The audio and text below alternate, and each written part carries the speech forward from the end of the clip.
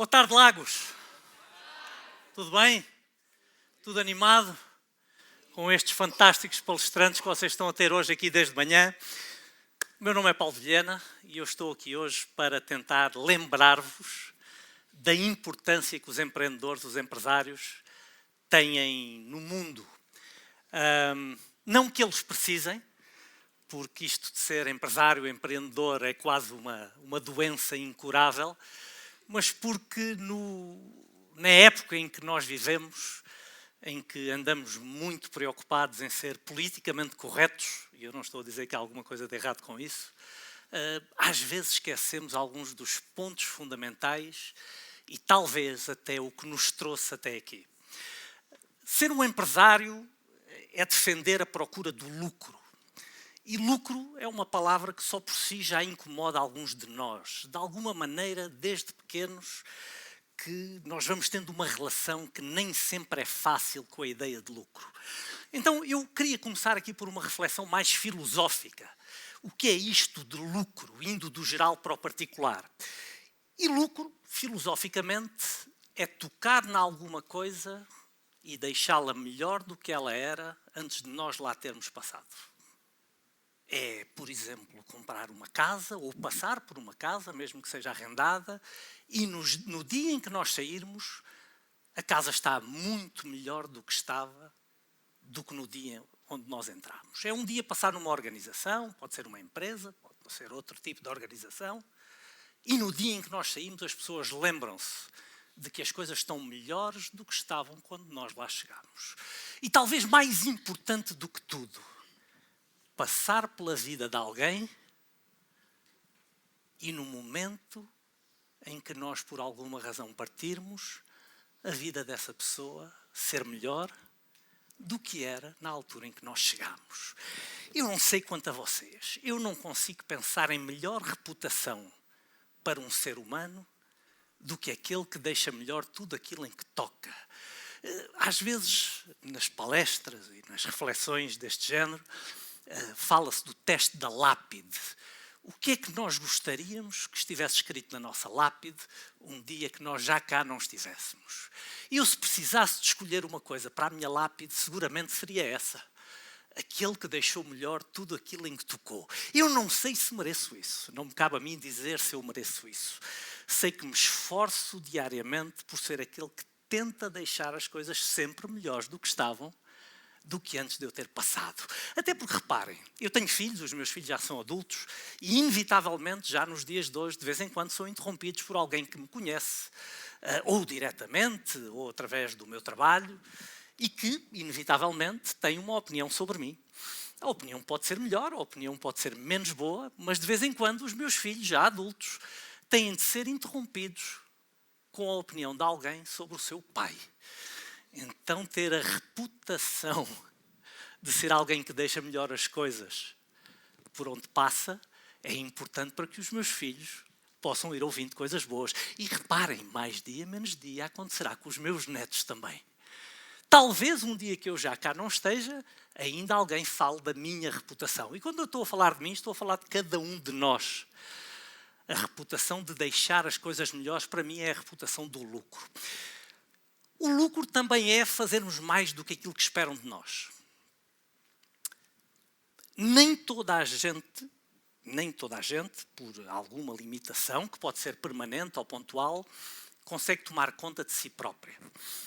Está ok? A sociedade tem que se organizar para ajudar essas pessoas. Depois há outras pessoas que conseguem tomar conta de si próprias, mas apenas de si próprias. Aliás, muitas vezes até por opção. Eu não quero cuidar de mais ninguém. Eu quero cuidar apenas de mim. E se a pessoa fizer isso, já está ok. Já não capta recursos criados por outros. Já está tudo bem, não há nada de errado com isso. Mas alguns de nós, por alguma razão, em determinadas fases da nossa vida, nós entendemos que a vida parece mais gratificante se, para além de eu tomar conta apenas de mim, eu tomar conta também de outra pessoa. Uau! E porquê? Não sei. Mas a vida extraordinária parece ser mais gratificante dessa forma. Estou a falar de fundarmos família. Não temos todos de fazer isso, mas alguns de nós escolhem fazer isso. E quando eu formo família, eu tenho que tomar conta de outra pessoa? Claro que sim.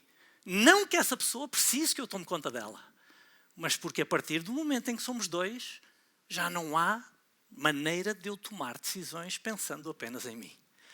Então passamos a cuidar não apenas de nós, mas de outra pessoa.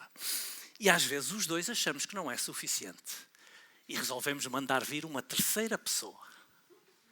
Pessoal, estou a falar de filhos, hein? Cuidado que eu leio mentes.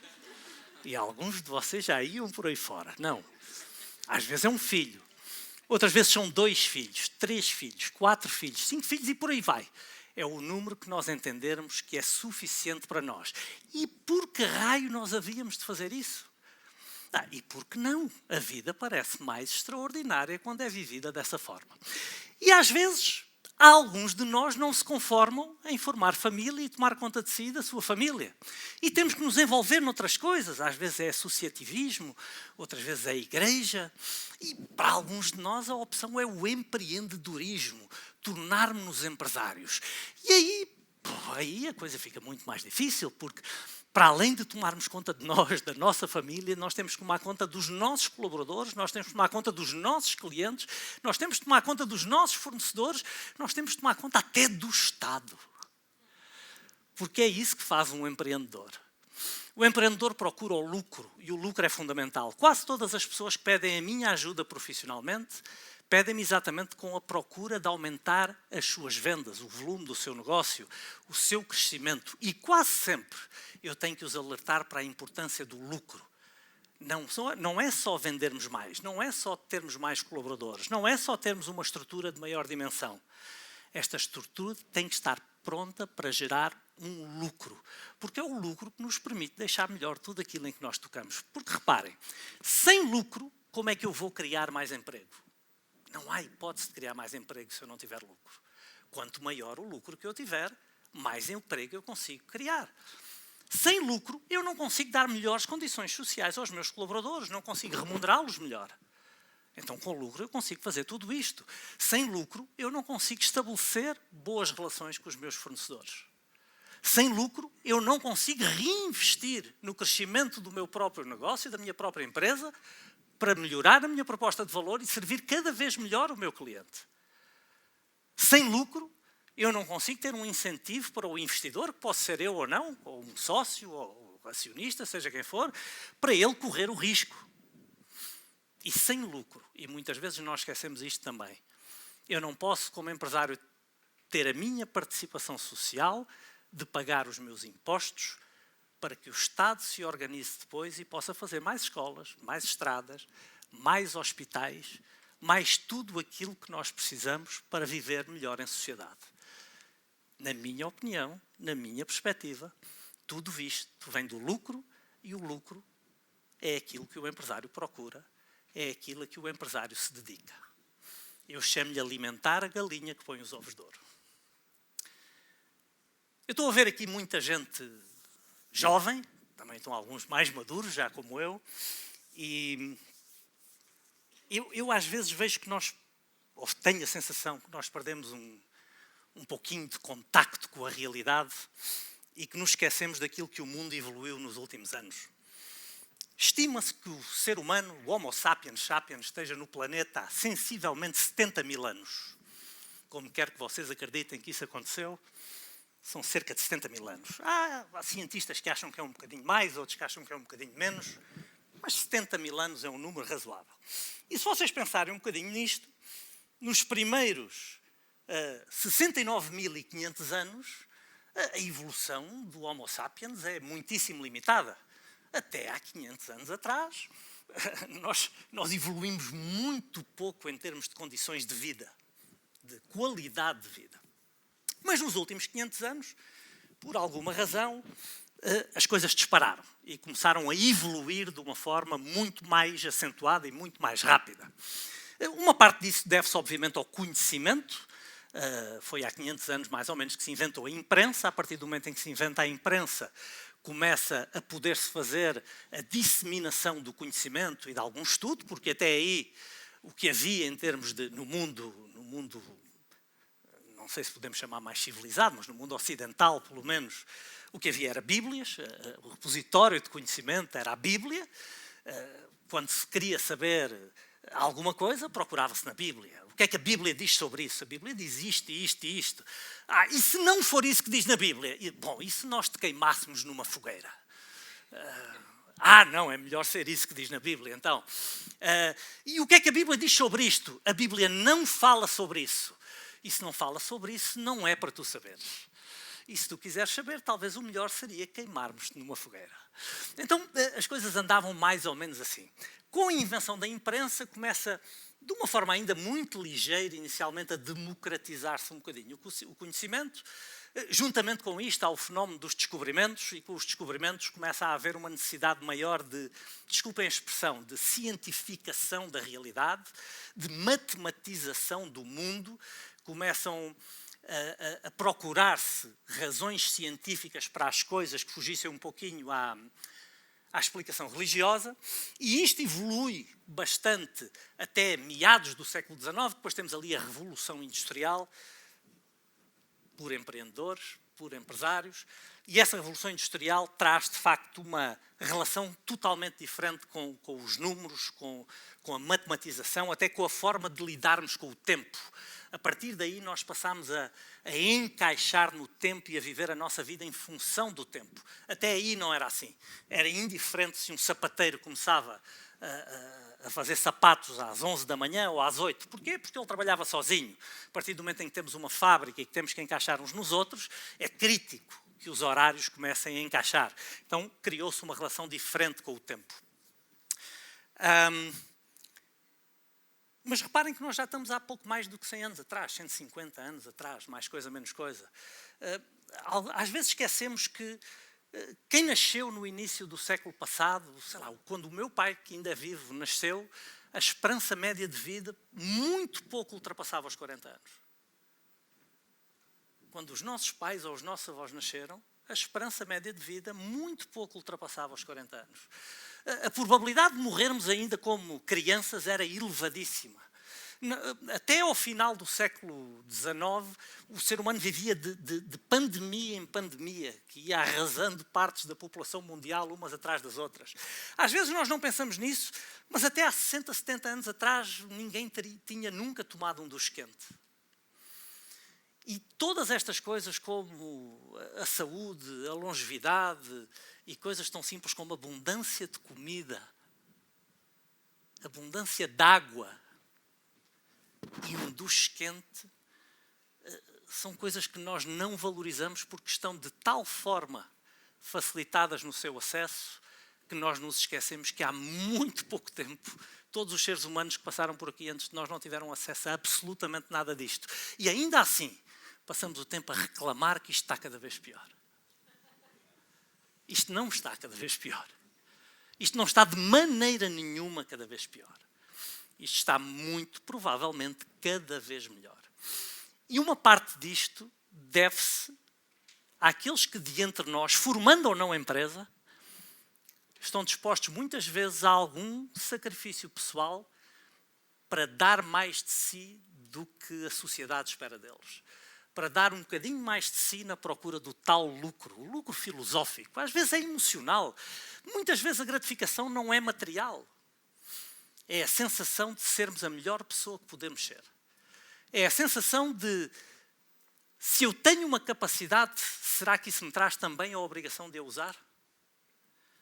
Se eu sou capaz de fazer melhor, porque é que eu hei de fazer menos bem? Foi a coisa que eu mais tentei ensinar aos meus filhos. Não estou seguro de que tenha sido bem sucedido, mas é aquilo que eu chamo de brio. Se eu posso fazer melhor, eu não quero fazer menos bem. Nem que seja fritar um ovo, nem que seja fazer a cama. Fazer a cama como o melhor do mundo faria. Fritar um ovo como o melhor do mundo fritaria. Fazer com brio, fazer o melhor que nós somos capazes.